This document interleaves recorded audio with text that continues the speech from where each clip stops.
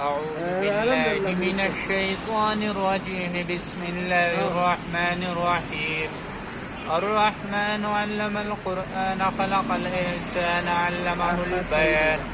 الشمس والقمر بحسبان والنجم والشجر يسجدان والسماء رفعها ووضع الميزان ألا تطغوا في الميزان وأقيموا الوزن بالقسط ولا تخسروا الميزان والأرض وضعها للأنام فيها فاكهة والنخل ذات الأكمام والحب ذو العصف والريحان فبأي آلاء ربكما تكذبان. خلق الإنسان من صلصال كالفخار وخلق الجان من مارج من نار فبأي آلاء ربكما تكذبان.